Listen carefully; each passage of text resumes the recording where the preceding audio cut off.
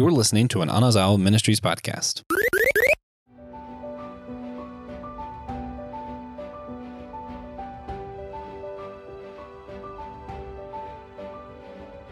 Ladies and gentlemen, boys and girls, rats, bats, and mice of all ages, we welcome you to the wonderful world of Walt Disney's Animation Studios, or, Systematic Geekology talking about Walt Disney's Animation Studios.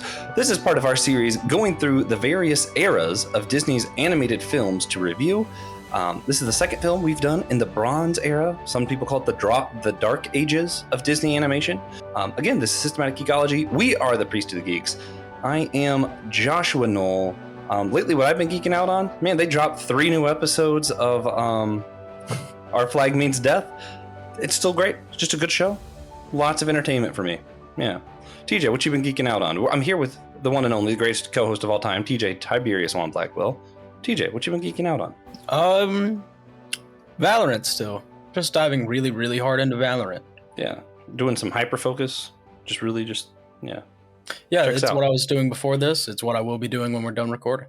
Yeah, that's kind of what I've been doing with work. I've been hyper-focusing on Chipotle, but starting to stabilize. I'll save that for our God moment on our other podcast. Speaking of which, you guys want to check out the AMP Network, AMP, Anazao Ministries Podcast Network. You can see other shows like this, like me and TJ's other show, the Whole Church Podcast. I'll be sharing a God moment about what I just said. And right now we're doing an ecumenical aesthetic series. If you want to hear about arts from different churches, check that out. But today we're going to be going forward. We're going to be doing more of our Disney eras. And upon request, we're going to be doing more than what we originally planned for this series because people love this series. So we're going to do going forward for the Renaissance, post-Renaissance, etc. We'll be doing 3 films for each era instead of 2. Then once we've finished up with the revival era, we'll go back around to the gold, war, silver, and bronze era films and do one more for each of them. So each era will have 3 film reviews each when it's all said and done. But for now, this will be the last of our Bronze Era films, will be The Great Mouse Detective. Speaking of which, episode proper, The Great Mouse Detective is one of 3 pivotal movies in Disney's history.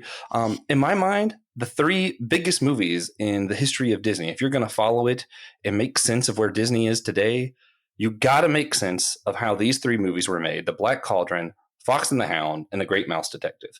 Because these were the last films that Disney's 9 old men were a part of. So this is where the transition gets really interesting. We'll talk some about later. But, you had Walt Disney, his last movie being The Jungle Book, the end of the Silver Era. Then you get the Bronze Era, the Dark Ages. They're trying to figure out who is Disney, what is their identity without Walt there anymore. But you have this 9 men that he worked with still here, who knew Disney, kind of like the disciples, right? After this, no more. This is the church after the apostles. There's no one left from the original era. Who is Disney after this? And that's when we kick off the Renaissance era, which some people say is the best part of Disney.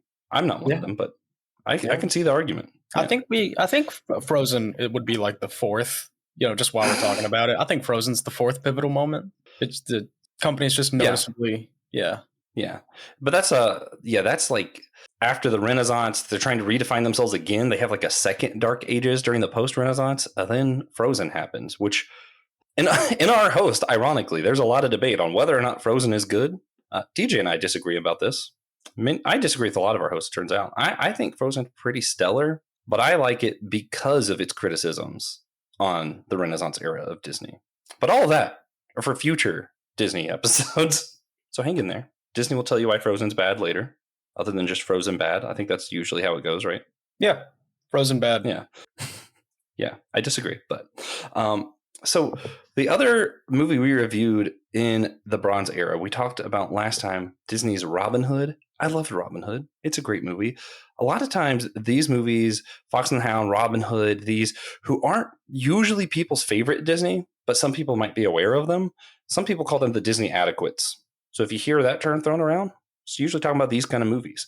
And in fact, I got this movie confused with The Rescuers. It turns out that I was just wrong about what this movie was. I didn't really know what it was until like a year ago, maybe. Thanks to TJ playing a character Ratigan in Disney's Villainous. Yeah. That's really funny. Yeah. So I'm going to kick it off to TJ since apparently you knew about this movie before me. What is your relationship? How did you first come across The Great Mouse Detective? And what are your memories with this film and the characters?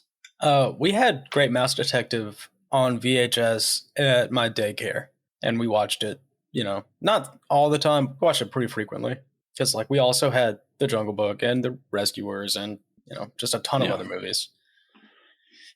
So I watched it when I was young, kind of often, but just not recently, and it kind of faded from my mind because no one ever talks about it, and it's never in there. Playing Villainous was the first time that I thought about it in a long time. I was like, was that like a big nostalgia moment for you then? You saw that and you're like, wait a minute. Yeah, this guy. No, my memories aren't strong enough to cause nostalgia. All right. Just like, oh, cool. Ratigan. Yeah.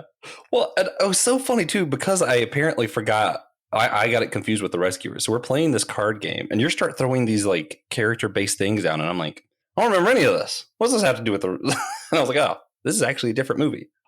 And upon thinking about like doing some research for this movie and just kind of trying to pick my own brain, I think at one point I tried to find this because I was on I wanted to see every single Disney movie kick, right?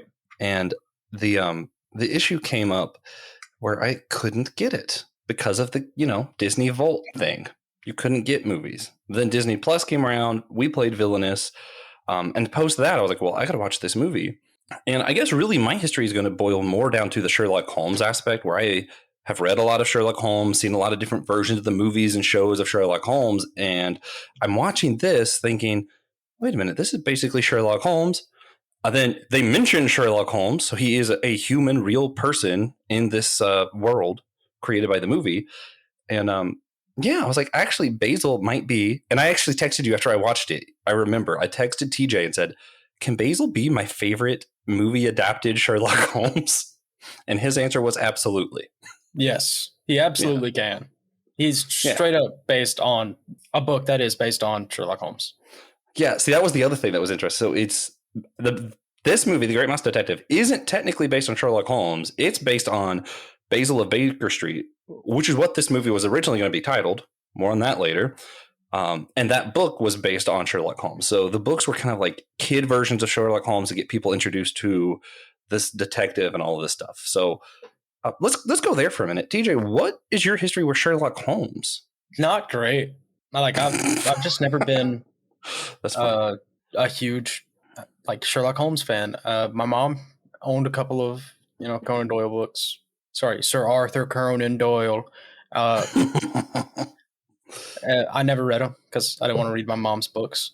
And just over time, I kind of started like reading a Sherlock story here or there, knowing of him. I really do not like Sherlock, the show. Oh, bad opinion. Yeah, no, it's not. And no, that's how it is. That's pretty much how it goes. Most of the adaptations of Sherlock, I'm just kind of like, yeah, okay, sure, it's fine. Funny. This is my favorite. Yeah, that's fair. Our mutual friend, who we will call Q today, one of his, it might be his favorite books of all time, is either these or the Tarzan books. So it always feels weird when we're talking about the Disney versions, because I'm like, I know they're not the version. I do know that. And I know he's listening. And he's going, wait, why has TJ not read more Sherlock? And why are we only talking about this Disney movie? I'm like, well, it's a Disney series. But, which we'll talk more about Sherlock, because I do love Sherlock personally. Growing up with a lot of the books, reading it, the Sherlock series got me back on that kick because it's just one of the best TV shows maybe ever produced. It's fantastic stuff, in my opinion. Obviously, not everyone's opinion. That's where Benedict Cumberbatch kind of gets his start, or not his start, but that's where he kind of gets known for. Yeah, he was great. I thought that was a really good modern edition. But then Americans tried to do it again with like Elementary, and that was bad. That I personally don't like that. I know a lot of people who do love it, and a lot of people who like Sherlock Holmes more than me that love it. So I feel weird criticizing it, but just wasn't. I just didn't love it. And then there's a Robert Downey Jr. Sherlock Holmes movie. There's all kind of different Sherlock Holmes movies, but yeah, I gotta say, even Benedict Cumberbatch pales in comparison to the great Basil of Baker Street. Just something about it. I was like, this guy, this is it. It shows up and you get the scene of him. He's doing some detective work. He tells people immediately when they walk in of their whole life story. He starts playing the violin. He's depressed because he thought he found something out and he wasn't right. And it's like, yeah, this is what Sherlock's supposed to be. Perfect. We don't need to add a bunch of drugs and some, any other thing. I'll just let Sherlock be Sherlock. Yeah. Yeah. As a critical Sherlock character analyst. Definitely, I agree. All right, so you're not a big Sherlock fan, but you did watch this movie a lot, and we're here to talk about um, this movie by many names. We're just going to call it The Great Mouse Detective. It has been known as The Adventures of the Great Mouse Detective. If you go on Spotify, it's under that. It was changed for a brief period to that, and then people were like, nope, just Great Mouse Detective. We're going to go back to that name. That is what happened. Yeah. And then originally it was going to be Baker at Basil Street. I keep teasing people this. I'm going to wait till later. For now, TJ, could you describe, just kind of give a summary, what is the story of this film? What's this about? How loosely? Up to your discretion, your show, your world. So basically, we have Mouse Sherlock. Sorry, I didn't mean to be insensitive. And funny. He finds this case where a rat has kidnapped somebody, and he slowly uncovers his plot to take over all of Mousedom. Yeah. It's really hard to talk about this movie and it not just sound ridiculous. It is very much a ridiculous film. Yeah. I'm trying to think, basically you have Basil, who is a mouse living in Sherlock Holmes' house or apartment, I guess, on Baker Street. For those of us, there are so many nods to the original books that, if you're a huge Sherlock Holmes geek, this film is just littered with random little nods, little cameos, and just kind of puns within. And you're like, okay, this is fun. So I had a lot of fun with that. But outside of that, really, it's just a good, fun kids movie. I feel like, this kid. I say that and then immediately say this kid's father was kidnapped. But she ends up with the help of Basil and who is it? It's not Watson in this. It's Dawson? Is that right? Dawson, yeah. Yeah, I know. It sounds like Watson because at one point he goes, "It's elementary, my dear Dawson," and I laugh so hard when he says it because I'm like, it's the classic line. But he's going through. They end up helping this kid find her dad. Her dad was kidnapped by Ratigan, which Ratigan, just one of the best, might be the most underrated Disney character. I'm not sure if I'm willing to be so bold to say for sure, but there's a strong chance he's the most underrated Disney character. I think it's Cusco. Yeah. Is Cusco really underrated, though? People like Cusco. People don't know who Ratigan is. Yeah, but we're not going to talk about it because that's not what this episode's about. But I could talk about it. All right. Well, y'all hang in there. We'll probably talk about Emperor's New Groove eventually. Maybe in the post-Renaissance. Maybe outside of the series some other time. But for now then, TJ, as a 0 to 10, how would you rate the Great Mouse Detective? It's probably an 8. Yeah. Maybe a 7.5. I don't know. It's a good movie. Yeah. I was thinking 7, but that's because I'm rating it as a Disney movie. So I'm comparing it to other Disney movies, not just other cartoons. If I was doing other cartoons, probably 8.5. If I'm just comparing it to all of Disney, that's a little bit of a higher standard for me. Yeah. It's one of my favorite Don Bluth movies. It's not a Don Bluth movie. Yeah, that's a fun joke that we're going to talk about soon. But so you said basically 7.5 or an 8. Why would you give it that? Can you unpack that? So, it's good. It is really good. It feels grand and for children, which I feel like is what most kids' movies lack, is that it doesn't feel like a big adventure, really. This does. Yeah. But it's not. There's just something it lacks. Yeah. I'll give you that. It seems almost too basic for Disney. This is just such a stereotypical Disney movie. And I think the other thing for me is there are songs I enjoy in this. I will pick a favorite song out of this soon, but it doesn't compare to some of the other Disney soundtracks. So it just feels like that's what's missing for me. It's it doesn't have a bare necessities. It doesn't have a Hakuna Matata. It's got some good songs. I'm glad we got to hear who is it? Is it why can't I think of Ratigan's name right now? Vincent Price. Yeah. I love that we got to hear him sing. That was just fun. Vincent Price he made the movie. So I'm glad you remembered his name. Yeah. Stellar performance, actually. Yeah. And then the other thing really is it's good animation, but nothing astounding. There's nothing in this movie that I'm when we talked about what was it? The Adventures of Ichabod and Mr. Toad, and that scene of the horseman coming down the road, that animation is something that you have to talk about. It's one of those where no, this is something people need to study. This movie, I'm animation was good. There's nothing to me that I was oh wow, that was impressive, Mm-hmm. Which That's is not to fine. discount good. how hard animation is. Oh yeah. And I actually think it's important. So when we talk about like the art and animation of this film, I think it's important that it wasn't all that crazy, because remember, this is the last one with one of Disney's 9 old men that were part of the movie. Why can't I think of the guy's name right now? Anyway, guy's name, was it Eric Watson? One of the Disney's 9 old men was still was the animation advisor for the film.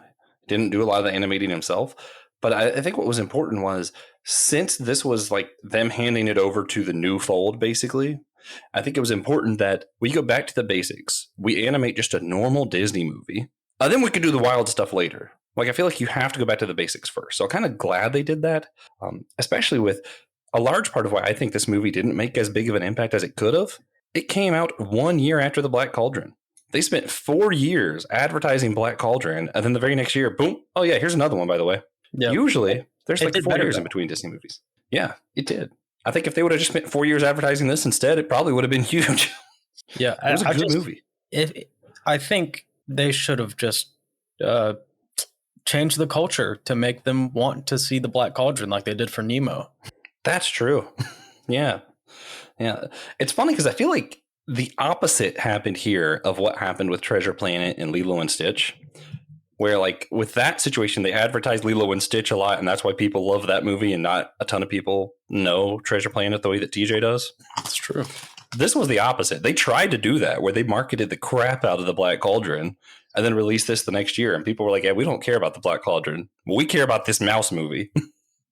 Which really comes back to bite them, because that's where Disney actually, one of the few times Disney was outdone by other animators, were the Don Bluth movies, because he tried to help with the Black Cauldron, didn't like how Disney handled that, so he left and started doing his own movies. That's where you get like Fantasia. What's the Western mouse movies? You know what I'm talking about? The Western mouse movies. What are the names of those? You know what I'm talking about. Why don't you know the name of this? I loved these as a kid. The only like Don Bluth movies I actually know are Titan AE, and I think he helped with the Simpsons movie. Yeah, wasn't the American Tales, weren't they Don Bluth movies? Like I said, the only Don Bluth movies I know are Titan AE, and I think he worked on the Simpsons movie. Oh man, that's funny.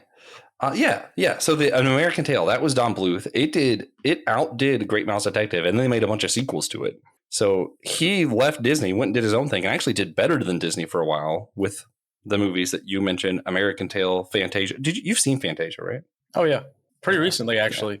You know, God, compared to that was a good movie. A lot of things. Yeah. So he actually outdid. So maybe he did a good move leaving Disney. Maybe, I don't know, man. Oh, he also made All Dogs Go to Heaven, which is fantastic. Fantastic movie. Yeah. And Land Before Time, which is fantastic. Yeah.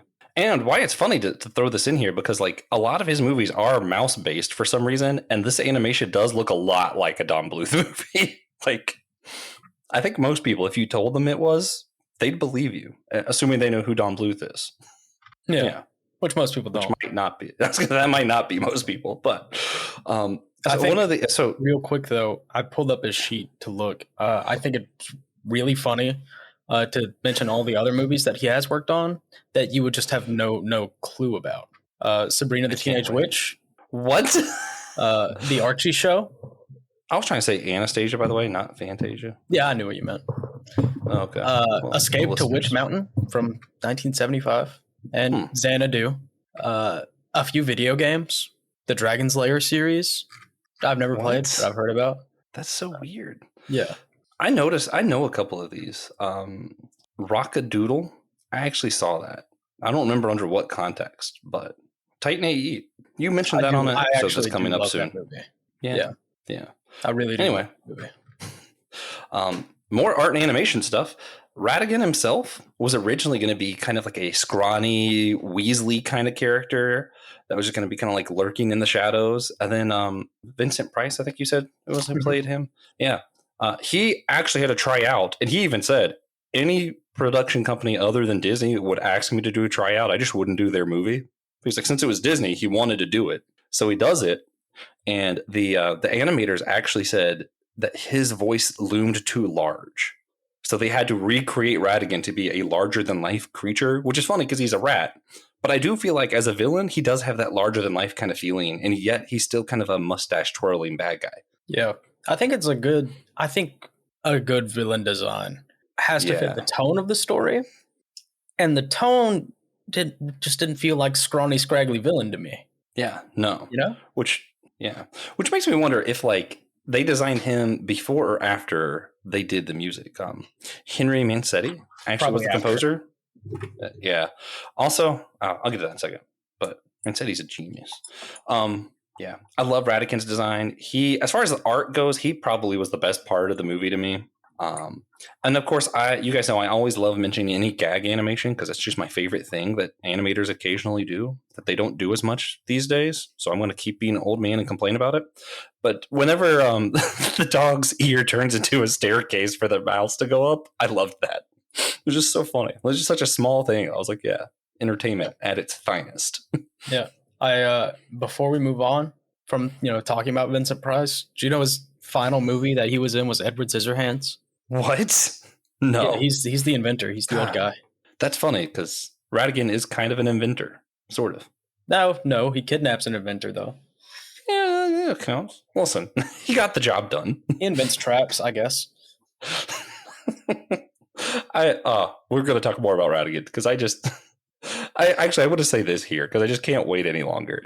I think the whole reason I love this movie can really boil down to Ratigan gets a record and records himself singing goodbye so that his enemy's last thing he'd hear was himself singing "So Long Farewell." And that, like, the amount of like commitment to the bit and just arrogance that takes and everything, I'm like, that's a good bad guy right there. Yeah.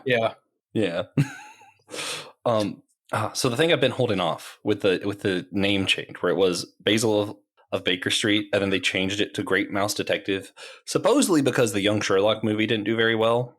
I don't understand how this makes it sound less like Sherlock. Maybe because everybody knew Baker Street. I don't know. But after they changed it, someone in the production company got so upset about it, they sent out a mass memo to the company where it was just them renaming all of Disney's others movies really poorly. So like Jungle Book was a boy, a black bear, and a tiger. And then like Snow White and the Seven Dwarfs were a princess and some short people. Like they just renamed everything. What was it? There's some short men. Seven little men help a girl. Do you have the list pulled up by chance? I pulled it up earlier. Oh God, I wish we had it. I can scroll down. I have the wiki pulled up. Yeah, find somebody. They're too funny to me. like, can you imagine being so upset about a name change? Two dogs fall in love. Puppies taken away. I'm not going to say the correct names for these. Yeah, if you don't know, you don't know. The little deer who grew up. The girl with the see-through shoes. The wonderful elephant who could really fly. I think that's actually all of them. Yeah. God, it was just so funny. Dude, can you imagine just working for the company and someone just gets that petty and you just get this email? I think I might have actually fell out laughing. Just get an email of just some bad Disney movie names. Yeah. Ed Gumbert. Right. Oh, Ed God, Gumbert stuff. is the one who did it. Hats off to you. You achieved a level of pettiness that I can only aspire to, I believe. I just haven't quite reached it yet. One day. So we mentioned Henry Mancini, fantastic composer. This was actually his first animated film that he did a score for, and it's funny because he's most known for the Pink Panther movies. Yeah, that famous bit, that's all him. They almost pulled Michael Jackson in to do a song number. Probably would have made the movie a lot more popular, if I had to guess. Yeah, maybe a little. Yeah. Then the producer, I love that this producer, you guys going to want to hold on to when we get to the Renaissance films, Bernie Madison. Before this, the only thing he was sole producer on, he did Mickey's Magical Christmas, one of my favorite movies growing up to watch around Christmas time. It was a featurette, so that wasn't a full-length movie. This was his first movie that he produced, was Great Mouse Detective. And he's going to go on to do some of those big Renaissance films. And we're talking like Tarzan, Aladdin, that kind of stuff. You're going to be looking at this name, Bernie Madison. So this movie really helped him get his start. And if for no other reason, Great Mouse Detective is great because of that. Because we all love all these other movies he did. And we might not have it without the Great Mouse Detective. Yeah, true. So with that, TJ, one thing I wanted to kind of pick your brain about. I think we can all say, looking back now, they handed the company off pretty well. This was the last of the great Disney's 9 Old Men, and then afterwards, the Renaissance movies, I think we can at least say were good. What is, like, how do you do this well? Like, what do you think the importance was of this moment of the 9 Old Men letting go and the new people being able to take the company over? So, like, handing the flag off is, it's important to do it well and to do it gracefully and to be willing to, lose some of the credit for that. Mm-hmm. I think that's really what it boils down to a lot of the time is people's pride getting in their way. Yeah. Because a lot of people are tempted to just like, oh, whatever, I'm just going to tank this. They're taking over soon anyway. It's not going to be my problem. Yeah. And I'm torn on how I feel about something because I'm probably, not to sound like an arrogant jerk, but I feel like I'm more like Walt in the aspect I'm about to say, where Walt worked until he died. He was always part of the project. He was actively part of Jungle Book, even though he passed before it came out. He was actively working on Pirates of the Caribbean. Like, these were the things that he was doing when he passed away. Like, in his deathbed, he was designing what Epcot would look like. I feel like I relate more to that, but I wonder if it was actually handled better that the 9 Old Men passed this on before they died, Yeah. Well, it just depends on the person, I think, because we've definitely seen some scenarios where, like, they're getting kind of old. It would be better for them to go ahead and pass that torch so that they don't die in their station, and then whoever comes next just gets to replace them. Yeah. Like if you were a Supreme Court justice or something. Who knows what you could be talking about? It's funny though that actually what I thought of while you were talking that made me feel bad for even suggesting this. Jesus died while he was doing his work. It was handled pretty well how it was passed on. I feel like, Oh yeah, that's fair. Most of us are not him. Yeah, most of us don't know we're about to die, so we don't prepare as well, maybe. But maybe that's the key of, like, once you started something, and this is where we get a little bit meta because, I started systematic ecology, and at some point I'm not going to be doing this anymore. So I'm even wondering, like, how would I go about this? Do I prepare as if I'm going to die tomorrow so that, everybody knows it's handled smoothly, Christian takes over? Or do I pull a Walt and in my deathbed, I'm like making the schedule for the next year? Like, guys, 2025's annual theme is going to be guys with hats. Please. Like the guys with hats is the 2025 theme. All right, you guys first heard it here. We're announcing the annual theme for 2025 Systematic Ecology, guys with hats. Guys and gals with hats. Yeah, and gals. And we'll all be wearing hats during the recording, I assume. But, yeah. So I think maybe it's less about whether you do it until you die and more how you prepare people to take over. And you do that discipleship process, perhaps, which is actually, you could see that in, I want to say this was Eric Larson's last. Let me look this up to double check. But I like that the last movie with one of Disney's 9 Old Men wasn't one of them produced it and then suddenly they're gone. This was, okay, I have it here. I'm going to go through this. Let's start with Fox and the Hound. You have one person supervising, one person co-producing, and an animation consultant, right?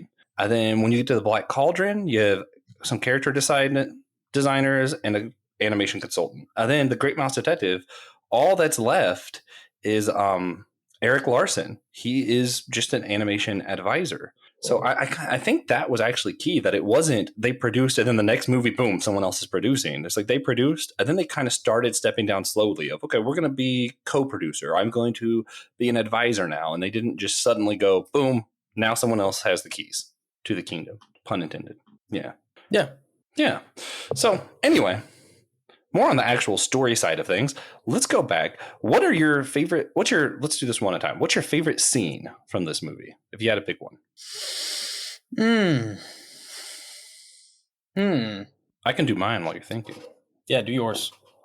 I think when Ratigan's like first shown and they're doing that song, Song's not my favorite number. I like that scene because in the middle of singing, he stops, has the cat come out, eat one of the drunk mice who called him a rat, because that's so offensive, even though he's very clearly a rat. It's in the name.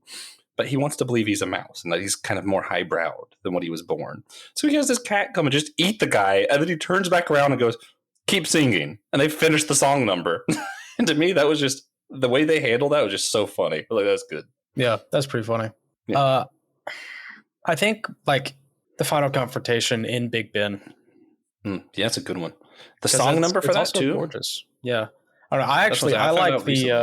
I like the greatest villain in the world, greatest criminal in the world, whatever it's called. The first song, more Ratigan song. Oh, okay. The world's greatest criminal mind. That's what it's called. My favorite song from this was So Long Farewell. Where he's singing goodbye on the record. I think the scene does make the song funnier, but even on its own, the voice, it's just done so well. I'm like, I love it. Again, none of these songs are really like my favorite Disney song. All right, so we did favorite scene, favorite song. Who is your favorite character in this film? Ratigan. Yeah, me too. It's funny because Basil's like my favorite Sherlock on TV, and yet Ratigan was just such a good bad guy. Like, it was just handled so well. Yeah. All right. Well, so that's favorite song, favorite character, and favorite scene. Moving on a little bit to some of the deeper conversation stuff for a little bit. Sherlock and Basil both are kind of anti-heroes. So we see Basil being kind of Sherlock's mouse counterpart. But they both have this, like, not like your typical anti-hero where they're like killing people and doing whatever it takes to solve a thing. It's like they're not good because they like want to help people or anything. They're just arrogant jerks who want to prove that they're smarter than everyone else. Which to me still makes them kind of an anti-hero. They're not really a hero. They're not doing it to save people. They're doing it because they want to prove they're smarter than everyone else, and the bad guy happens to be smart. I firmly believe that if Ratigan or Moriarty, if we're talking about Sherlock, I think if either of them were good guys, I think Sherlock or Basil would have just been bad just to prove they were smarter than them. Like, I feel like it really isn't because of the condition of their heart or anything that they're good. They just want to prove they're smarter. Yeah. TJ's shaking his head. He agrees. I think that's one of the main themes of a lot of Sherlock stories is that he's not that different. Yeah, it is. But that makes me wonder, because I have a couple different thoughts. I'm going to start with, how important do you think motives are? Is it important that Sherlock or Basil have good motives, or do we not care about their motives? I don't care about their motives. Yeah, I feel like, for me personally, I think my motives are important because I do care about how I treat others, where my heart is. As a Christian, I feel like I want to do well according to God and my fellow man, all that kind of stuff. I don't know, like, as far as someone else's motives are, like, I care about your soul, but also, yeah, I want people to be doing good things. And I'm not like, oh man, you should be doing bad things because you're a bad guy. Like, obviously I don't want that. And if you're doing good things, like, it's trickier to me than Punisher going out killing people, because I'm pretty anti-utilitarian. Everyone knows that. And I'd be like, yeah, Punisher's actually a bad guy. For me, I feel like I could just say that, look at him and be like, yeah, no, that's bad. But Sherlock, he's not killing people. He's not breaking the law. He's just arrogant. He's just a jerk. And the fact that we know that if the situation was different, he would be a bad guy, doesn't make him a bad guy in this moment. So I just feel like that's trickier. Yeah. So I guess the thing is, like, how do we handle that? Not to get too churchy, but how do we handle that as Christians? Like, when we see someone who is doing good, but we know their soul is in a bad space, how do we speak to that? I mean, not like we need to, I personally, I'm not the kind of person that thinks we need to go out there and tell everyone they're going to hell. I don't think we should do that. But if for some reason Basil were to approach you and ask you himself about his motives and what you think about it, how do you speak to that? I think to Basil specifically, I would say, I don't care. I don't know why you're telling me. Go do your job. See, I feel like, I think for people, though, for humans, Christians, there needs to be some intentionality behind what you're doing. Yeah, and I also do think, and this is why I believe my religion. I'll just believe it for fun. I genuinely think that if you have good motives and your heart is right, you can do more good. If that makes sense. It's the same thing. My argument against utilitarianism is really a really utilitarian argument, where I think if you do things because you care about the outcome, eventually you'll do wrong things, or do the wrong thing because you don't actually know what the outcome's going to be. So I think in general, doing things for a good motive, doing things because you're doing it the right way, will end up creating more good, which is why I'm against utilitarianism, which is kind of ironic because it's kind of a utilitarian argument against utilitarianism. But yeah, I think it makes sense still. Yeah. It's like the Ferengi in Star Trek, where they were finally convinced that in the long run, it's better for business if they were more hospitable and kinder to people. Yeah. So as far as like where else you can find these characters, you might have to help me. I've only seen Ratigan and Villainous. That's it. I've not seen them anywhere else, I don't think. Like parks or anything. Ratigan gets his own little vignette in Once Upon a Halloween. Really? Yeah, he's one of the parts. Oh, are they in the House of Villains by chance? Yeah. I'm pretty sure Ratigan is. Okay, cool. But so they're not completely unknown outside of this. No. And Basil gets a cameo in Darkwing Duck. What? Wait, there's for real? Well, not the actual Basil, but there's a little statue of Basil in his hidden base. I'm looking this up right now. I can't believe it's a Darkwing Duck reference I didn't get. Oh my gosh. This is crazy. Sorry. That's awesome. Yeah. And we see Disney get back to normal. You know, they had a rough spot, the Black Cauldron. We both loved it. We did an episode about it outside of this series. People can check that out. But this is them getting back to normal before they break everything wide open with the Renaissance movies. We'll talk about next time. I think Pang, Kino, and Christian are going to talk about Lion King the next time on this series. Yeah, that'll be a good one. But for the final thought, bad guys in this movie are trying to deceive the masses. This is kind of like when I'm looking at like the general plot, Ratigan, what he's trying to do, he's trying to deceive everybody so that he can win. And Basil, whether good motives or not, he's making everything transparent. He's trying to solve the mystery. How important do you think it is that we be transparent, DJ, as opposed to... Yeah, because the thing is, like, a lot of people do this where, I wasn't lying, but you were being deceptive, which to me is the same thing as lying. Yes. A lot of people are like, I did not lie. I just didn't tell them the whole truth. Oh, yeah, that's called lying by omission. Pretty sure it's got its own Wikipedia article. Very well established thing. I think transparency is the most important thing an entity, business, government can have with its constituents or customers or, supporters. Yeah. I think it's something the church really needs to work on. Yeah. That's kind of like why we don't like Catholicism sometimes. I was like, wait, I like Catholicism. But yeah, no, I see what you mean. Yeah. Sometimes they've had, a lot of all religions. They had their moments. In the past. Yeah. I think just to call myself out, I actually used to tell the truth to be deceptive. Like I would sarcastically tell people exactly what I did. I remember like in high school, I snuck out once and my parents were like, what were you doing last night? We didn't see you. You were so late. And I was like, yeah, I was totally just out with my girlfriend in the middle of the night and, make something up and just said exactly what I was doing. Yeah, that works. But I said it sarcastically. So I was like, I told the truth. No, that's still a lie. Like I think in general, and this is where I get to the motives thing too. The condition of your heart is of the utmost importance. When you go to the judgment, like this is me being very literal to some people, but I think in the end, when you're before God or however it all works, I think it's going to come down to where was your heart? Was your heart right with God or was it not? It's not going to matter if you technically lied or not. It's not going to matter if, I did the right thing, but you were arrogant. The condition of your heart, I think, is what matters. And when we're talking about our faith and our spirituality, that's the kind of things I really want to focus on and leave us thinking about, because I don't have any good answers of what you can do about it, but I think you should reflect on your own motives and heart better. We should all do that better. Yeah. TJ, final words. Yeah. TJ said The Great Mouse Detective was a great movie. Yeah, no, Great Mouse Detective is a great movie. Ratigan's a severely underrated villain and one of the most fun pieces to play in Villainous, in my opinion. That's true. Yeah. Just not as good as Dr. Facilier. If you've never played Villainous, check it out. Try it with a couple friends. Disney, pay us. Yeah. Also, Prince John's my favorite in Villainous. Speaking of which, we're going to wrap up and do recommendations. I recommend you play Villainous and be Prince John. Yeah. Yeah. You got any recommendations for him? I can't recommend Valorant. I recommend watching The Great Mouse Detective because I bet you haven't. That's probably true. And it's Disney Vault's basically gone now. You just Disney Plus. Boom. There it is. Mm-hmm. Yeah. Yeah. I agree with that. Fantastic movie. I actually do think I like it more than your average Disney film. And I love your average Disney film. Yeah. So with that in mind, check out The Great Mouse Detective. Play Ratigan, Prince John, and who's the other guy? Facilier. Yeah, play it as all of those characters in Disney's villainous card game. Fantastic stuff. Subscribe to our show on Captivate or on Patreon, Anazao Ministries Podcast Network if you want. One last question we're about to do. Also, subscribe Apple Podcast or Spotify for free, because we just need people to subscribe, because we like to interact with you, and we can't do that unless you interact with us first, unfortunately. So yeah, maybe check that out. Again, you can go to the show notes down below for a link to our whole series. Listen to all of our Disney era episodes. I love all of them. And go to our stores for some fun merch, some soft t-shirts, good stuff, rep our show.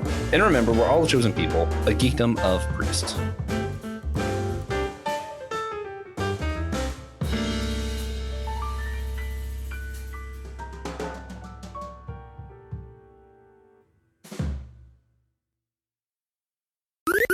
This was an Anazao Ministries podcast. If you enjoyed this show and would like to learn more about our network, be sure to check out the Anazao Ministries Podcast Network.